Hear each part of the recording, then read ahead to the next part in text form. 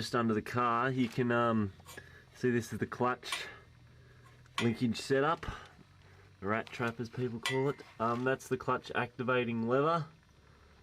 And you can see on the end of it how there's like a split pin type thing that just goes on the gearbox mount there, whatever it's technically called. So I've just dropped that linkage off. This one here, this linkage here actually turns around. That's the thing that actually pushes on your clutch fork to disengage the clutch. And yeah, there's a spring that goes between here and this lever here, and the tip of the clutch fork, just to give it a bit of return springy action. So yeah, and like I was saying about the gear linkages before, your rear and front linkages, they're just held on by split pins, so you just undo these split pins and the linkages drop off the gearbox levers front and back. And yeah, when you this lever here I was talking about, it's slotted, so you can just turn it with a an open-ended spanner, like a 3/16 or some Pindic thing like that. You just turn him and it screws in and out here. It's threaded. Where the hell is it?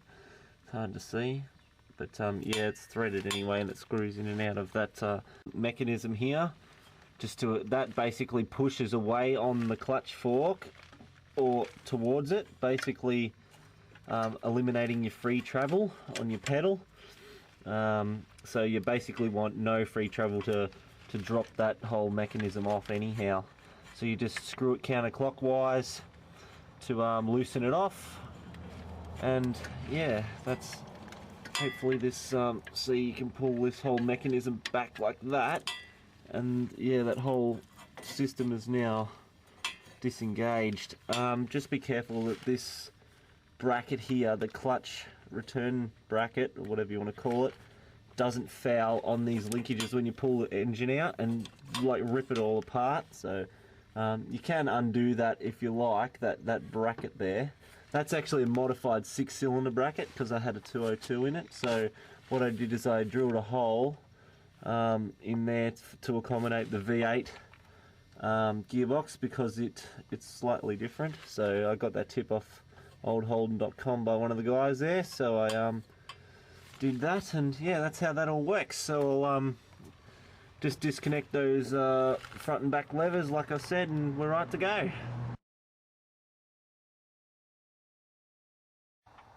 Alright guys, we're back again. Okay, we've disconnected those gear linkages down there, so as you can see that the mechanism's completely free and off of the gearbox. And now we're starting to take off the engine mounts, left and right at the front, and the rear one on the gearbox. I've already done this one here. It's just one bolt that goes through the guts of the engine mount. Yeah, I think one side's like 11/16 and the other one's 5/8 for the nut. And you can see Stewie's just connecting the left-hand one there. How's it going, Stu? Taking it very slowly.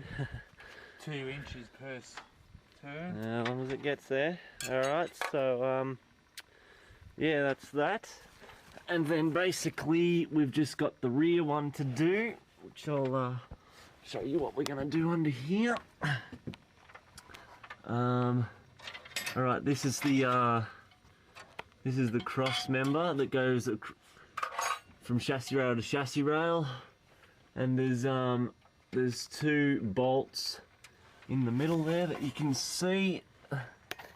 Yeah, right there, basically 2 bolts. That's your rear gearbox engine mount.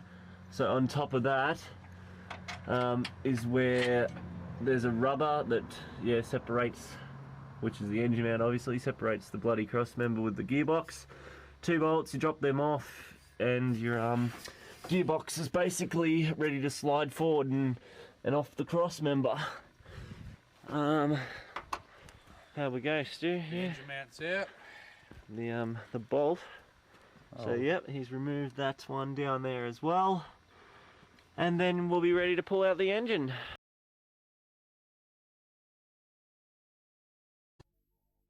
Alright guys, last thing to do, we've got the engine crane rolled in, as you can see here, ready to take her out. We've done our front and rear engine mounts. We've basically gone through and made sure everything's been disconnected in the way of hoses, PVC hoses, yeah, radiator hoses, radiators out. All wires are disconnected and tagged, so we know where they go back. So yeah, all our linkages for our gearbox and clutch are all free. So basically we've just got a motor and a tranny ready to come out. The last thing we have to do here is just disconnect the fuel line from the bottom fuel hose from the fuel pump, which is just this here. Okay, and I like to just shove a bolt or something in here just to keep it nice and clean and from fuel leaking everywhere. So I'll just screw him in there like so.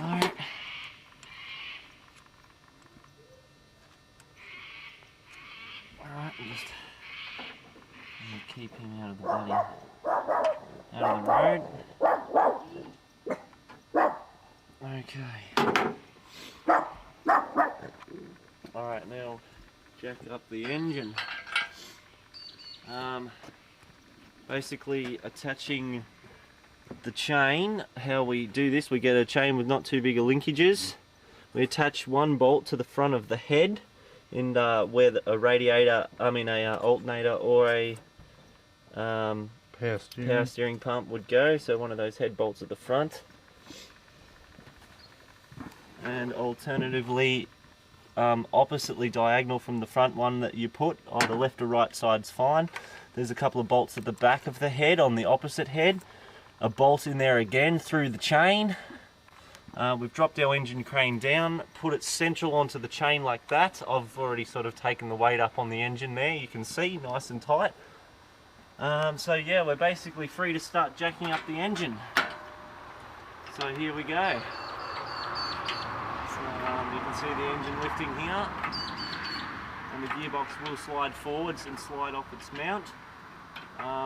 Things just at this stage to be aware of is yeah, the linkages, like I said, snagging, or the radiator fan hitting the radiator support here and bending it. So yeah, basically you see now the engine's just completely swinging around in there with the gearbox on it. So we'll continue jacking that up. We'll just keep going. It'll get on a bit of a tilt as the gearbox is sort of resting on the tunnel there. And you can see the fan here now starting to snag. Just